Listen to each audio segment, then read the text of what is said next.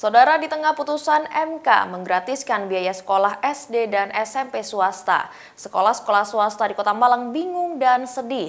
Hal ini karena sudah bertahun-tahun terakhir, mayoritas sekolah swasta di Kota Malang masih mengalami kekurangan murid yang berdampak pada kurangnya biaya operasional sekolah hingga tutupnya sekolah. Lorong-lorong sekolah yang biasanya ramai siswa berlalu lalang nampak sepi. Kondisi inilah yang terjadi di mayoritas sekolah SMP swasta di Kota Malang.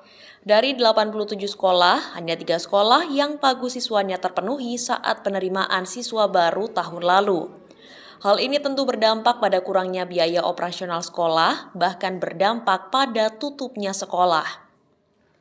Seperti yang terjadi di SMP Sriwedari yang terletak di Jalan Bogor, Kota Malang, Jawa Timur.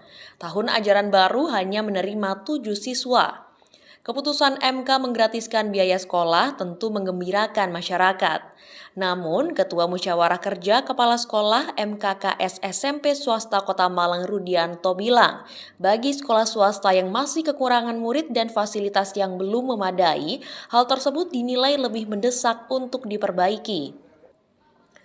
Rudianto menyebut jika memang akhirnya kebijakan ini diterapkan, maka sumber pendanaan harus terpenuhi utuh tanpa mengambil anggaran bantuan lain yang sudah didistribusikan ke sekolah seperti Bosda dan Bosnas. Tapi dalam hal ini, sekolah gratis ini akan memberikan dampak, salah satunya adalah sumber dana mana yang digunakan untuk menggratiskan warga Kota Malang. Sementara kita sebenarnya siap untuk bisa melaksanakan sekolah gratis, tetapi harus jelas mekanismenya harus jelas bahwa sumber dana lain tidak terkurangi akibat menggunakan sekolah gratis. Dan yang perlu diketahui bahwa untuk operasional tidak hanya dari segi SPP, tetapi untuk HR, untuk kebutuhan operasional lain diperlukan sumber biaya.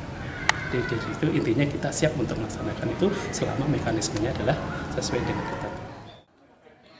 Berdasarkan data, di tahun ajaran baru 2024, 3 SMP swasta tidak menerima murid sama sekali, dan 1 sekolah terpaksa tutup karena tidak ada murid sama sekali.